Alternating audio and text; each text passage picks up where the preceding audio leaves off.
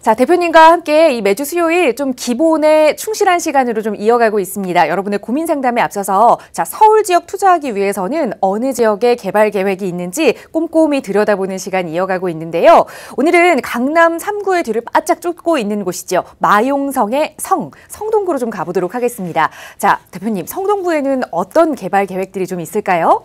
네, 아무래도 지리적 입지가 좀 탁월하다고 볼 수가 있겠죠. 도심 접근성, 강남 접근성, 여기에 한강변을 끼고 있고 또 중랑천까지 끼고 있는, 즉 수변 도시의 개념까지도 갖고 있는 곳이 바로 이 성동구다라고 보시면 되겠는데요. 이 성동구는 총 4개의 이 생활권으로 나눠져 있습니다. 그 4개의 생활권이 각기 다른 특색과 특징을 갖고 있기 때문에 이런 부분들을 잘 분석을 하고 잘 분류를 해내서 각각의 지역에 맞는 투자의 패턴을 구사를 하신다라면은 충분히 알짜배기 수익을 얻을 수 있는 곳이 바로 이 성동구다라고 말씀드리겠고요. 어떻게 하면 되는지에 대해서 간략하게 살펴보도록 하겠습니다.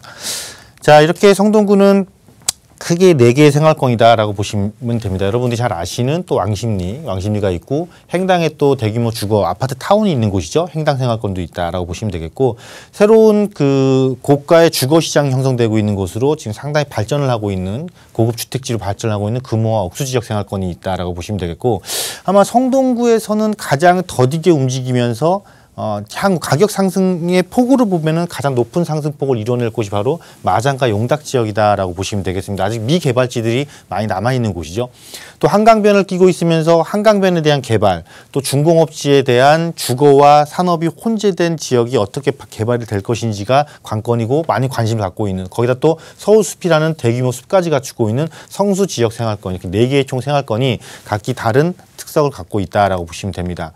이렇게 보시게 되면 특히나 왕십리 같은 경우는 사실상 개발이 어느 정도, 그 주거타운 개발도 뉴타운 개발이 완료가 됐고, 이제 왕십리역이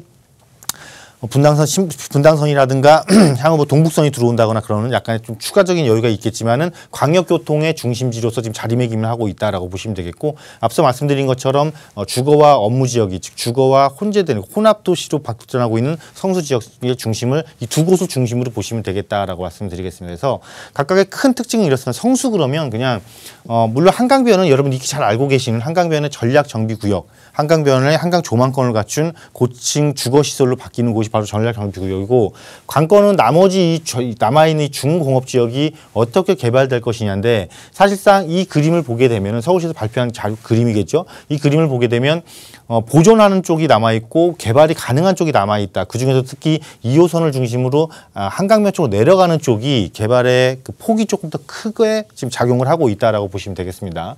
다음으로 가장 아직 이 4개의 생활권 중에서 가장 개발이 더딘 곳이 바로 이제 마장과 용답 지역이라고 보시면 되겠는데, 특히나 마장역 앞에 있는 이 한전부지의 한전 물류부지죠. 이 물류부지가 이전이 확정됐고, 이전을 하게 되면 이곳을 어떻게 개발할지가 관건일 것이고, 이제 물물재생센터 같은 경우는 지상에 보편적으로 이제 공원이 들어오니까, 공원이 들어옴으로써 이 지역의 생활권이 어떻게, 그러니까 주거 환경이 개선되는 거죠. 환경 개선으로 인한 가치 상승을 충분히 노려볼 수 있는 곳이다라고 보시면 되겠습니다. 특히나 마장역 일대의 주거 시장은 상당히 노후 주거 시장과 함께 재건축 아파트도 일부 포함되어 있기 때문에 이런 지역은 눈여겨보시면 괜찮은 곳 중에 한 곳이다라고 말씀드릴 수 있겠습니다.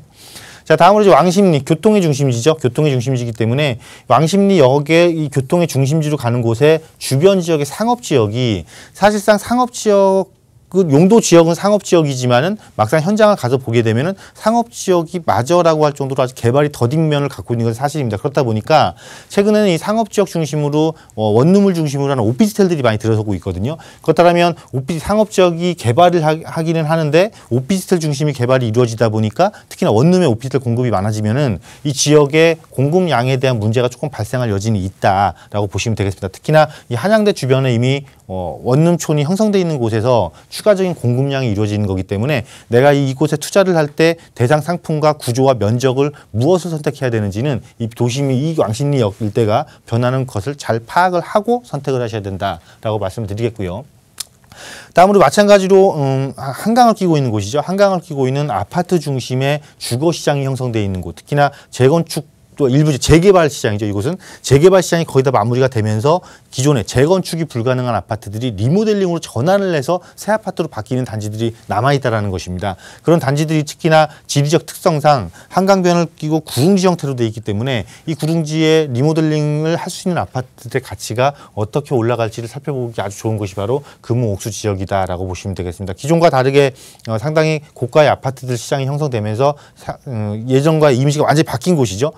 중저가의 주거시장에서 고가의 주거시장을 탈바꿈한 곳이기 때문에 이런 금호나 옥수 지역의 주거시장도 눈여겨보시면 좋겠다라고 말씀드리겠습니다. 이렇게 성동구는 아파트 시장의 주거 시장도 있지만 사실은 재개발이 상당히 활발하게 진행되는 곳이 바로 이 성동구입니다. 그렇기 때문에 아파트 외에 다른 주거 상품을 선택을 해서 소액으로 투자하기에도 아주 좋은 여건을 갖추고 있는 곳이니까 이런 지역들 또한 서울시에서 반드시 체크를 하고 투자 지역으로서 내가 항상 고민을 해야 되는 곳이다라고 말씀드리도록 하겠습니다.